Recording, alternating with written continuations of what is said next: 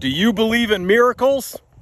You see, I think sometimes we got to be careful not to become spiritually blind to miracles that may be happening to us or around us. In particular, not being blind to miracles that we read about in the Bible. I love reading about miracles in the Bible and the stories of what happens, and there's a pattern sometimes to miracles that Jesus does in the Bible. And in this particular one I was reading this morning in John chapter 9, where Jesus heals a man that's been blind since birth, follows one of those patterns. And what's happening in this story, if you haven't read it, I would encourage you to go read it.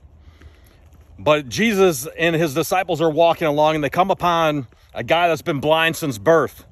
And the disciples ask Jesus, like, why has this guy been blind since birth? Is he a sinful person, or are his parents so sinful that that's why he was born like this? And Jesus says, no, that's not the reason why.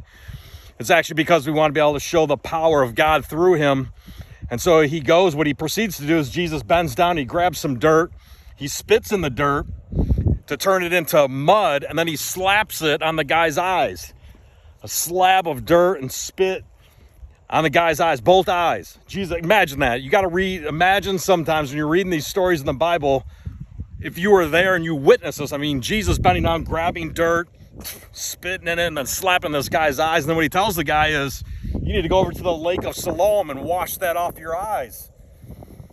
Which is crazy, because the lake of Siloam actually means sent, the one that was sent. So Jesus is like, you have to go over there and wash it off. So now you got a picture of this guy who's been blind walking through town with these two mud patches on his eyes. Everyone's probably like, what is going on? He goes to the water and washes it off, and bang, just like that, the miracle is complete and he can see again. What's crazy about that in other stories of Jesus doing miracles is it requires the recipient of the miracle to do something in faith before the miracle is complete. What I mean by that is Jesus does something, he knows that the person has faith, but then he puts the dirt, mud on the guy's eyes and then says, you have to go over there to do something to wash it off. And he did do that. He walked in faith, not knowing for sure what would happen, but he walked in faith with mud on his eyes to the water, washes off, and then he can see, and the miracle is complete at that point. That's a pattern of multiple miracles that Jesus does throughout the Bible, and it's just amazing. I would encourage you to go read it. And then after that happens, there's all kinds of other crazy things that happen in that story. You should go read it. But there's power in miracles, and I would pray that we're not spiritually blind to seeing them or having them done around us, and increase in our faith. It's a beautiful day in Georgia. I hope it's a beautiful day where you are. If it is, go outside, go for a walk with the King of Kings.